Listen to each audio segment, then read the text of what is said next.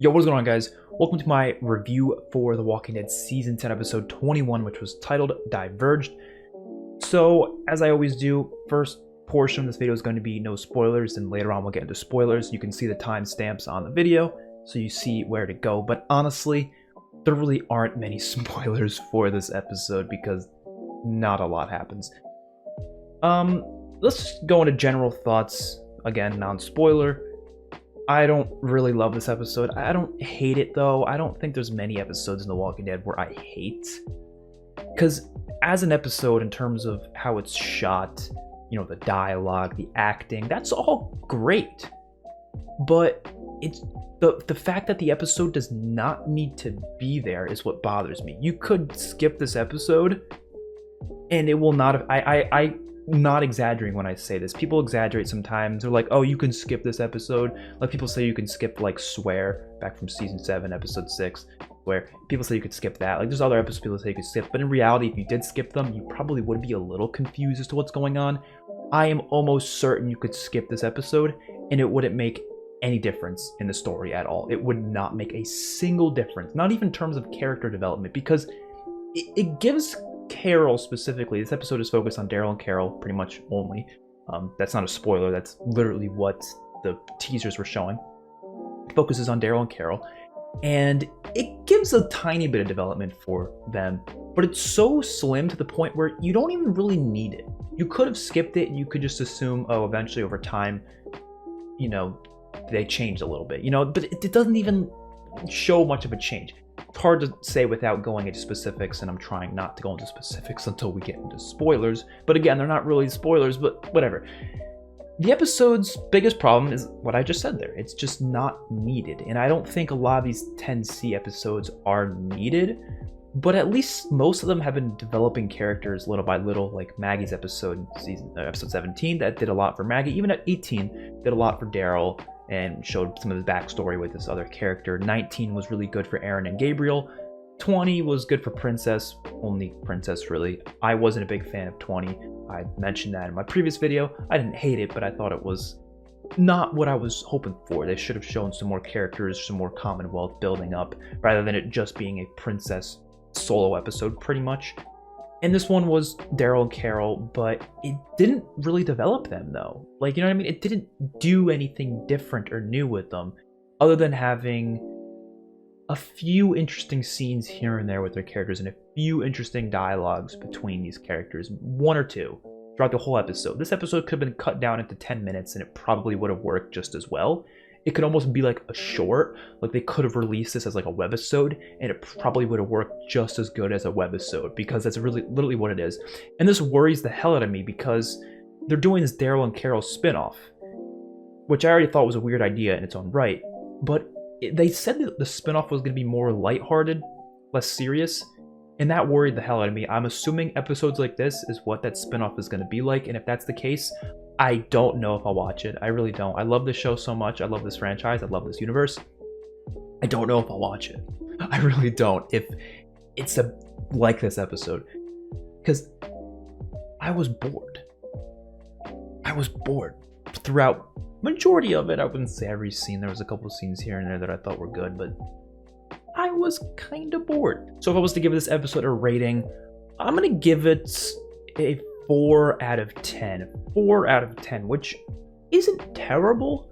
I don't think I would give a single Walking Dead episode below that, to be honest. I don't think there's any episode that's deserving of being below that, because they are all pretty well done for the most part. I love this show. I find a lot of the episodes to be fantastic, but this one, just for the fact that it's completely worthless of an episode, and that doesn't go against what they were doing. They still have a team work on it and do a good job with the shots. There was some good directing. There was some good, I wouldn't say action. There was like one action scene. It was okay, you know? And a 4 out of 10 is like a little bit below average, but it's still not towards like terrible territory. Like terrible would be like a 2 out of 10 or something, or a 1 out of 10.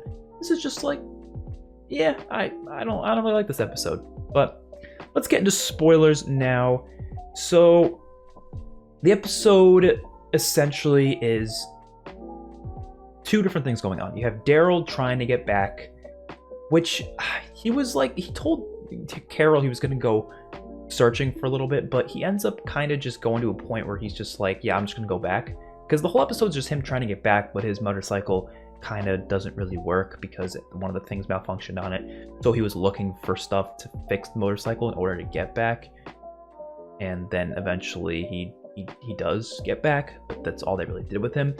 They had a couple of cool scenes with him, like the one where he was under the car and the walker was going on the back and the car almost crushed him, which kind of was annoying because it's like, Daryl's smarter than that. I don't think he'd go under a car like that was laying on a ledge that could easily fall over and crush his skull, but he was doing it anyways.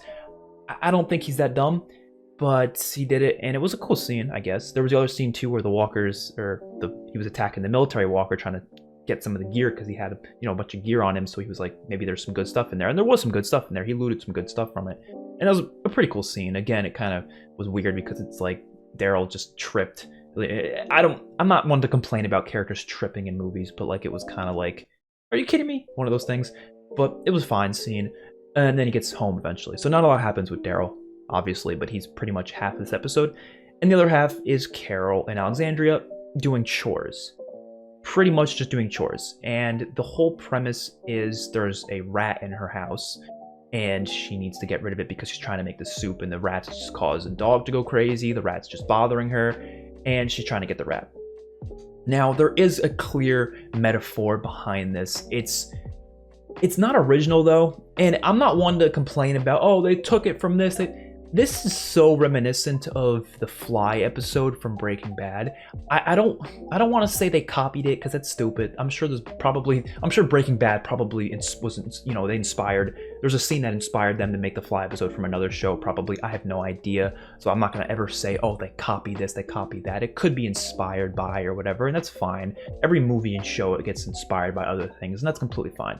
But it's not a completely original idea where there's something in the house that's bothering her, but it's a metaphor for other things in the world that's bothering her. Clearly her own mental state and the fact that she has this, butting head thing happening with Daryl in the past couple episodes, which is bothering her and she needs it to be fixed. And that's kind of the metaphor for this rat, and she's trying to get the rat the whole episode and she just can't get to it. She can't figure out the problem, which is a metaphor for her problem with Daryl and Daryl's friendship. So I thought that's a cool metaphor.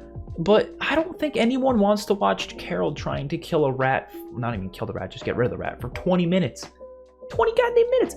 And the other parts of it, she wasn't just trying to kill the rat the whole time. She was also, talking to Jerry every now and then, which I get. Again, they filmed this in the pandemic, so they tried to get the least amount of people on set as possible. But it makes Alexandria feel so small when you only see Jerry and maybe one or two other people in the background. Where the hell is everyone? Where's Rosita? Where's Lydia? Where did everyone go? There's just no one there. Again, I understand why, but I'm sure they could have found a way to at least get people in the background or something, or have one scene with Lydia at least, because Lydia, we know Lydia's close to Carol. Why not have them have a scene? Maybe Lydia's checking on Carol. Maybe they have a nice little conversation to kind of develop their relationship a little more, so we can have a scene with them. That would have been nice. They could have found someone else. I don't know, because it's weird just seeing only Jerry. I love Jerry and all, but like only him? I don't know. They had a really nice scene at the end of the episode, though, when they had a little heart-to-heart and Jerry hugged her, and that's right when the mouse or the rat left. I keep calling it a mouse, rat, whatever the hell. When the rat left, and then, so it was kind of like a metaphor for all she needed was a hug, really. That made her feel better. It's a cool metaphor. I do think it's well written in that way, but why the fuck do we want to watch this? Like a Breaking Bad Fly episode, right? At least that episode significantly developed the relationship between Walter and Jesse. That's good.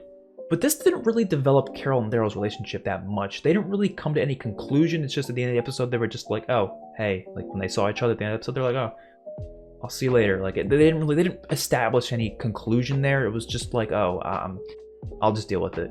There was no development, I guess. Like the Fly episode was different because it was developing them, because of the conversations Walter and Jesse were having were significantly important, and they were really good. This doesn't really have that, other than a couple dialogues that lasted maybe 5 to 10 minutes in total time. So the episode did not need to be that whole entire 40-minute thing. This could have easily been split with last week's episode, because I didn't think that episode needed to be 40 minutes of Princess. You could have easily cut these two episodes together, and they could have actually made for a decent episode, because although I'm not loving all the things happening, at least they're both happening together instead of wasting 80 minutes of my time. I sound like such a bitch, but like, it's criticism. I have to give my criticism where it's due. I'm not going to blindly support something if I don't enjoy it. That's just how it is. Still love the show, still love the directors, still love the writers, still love the actors, still love everything about this show. But at the end of the day, if I don't like an episode, I'm going to say it. And I don't like this one.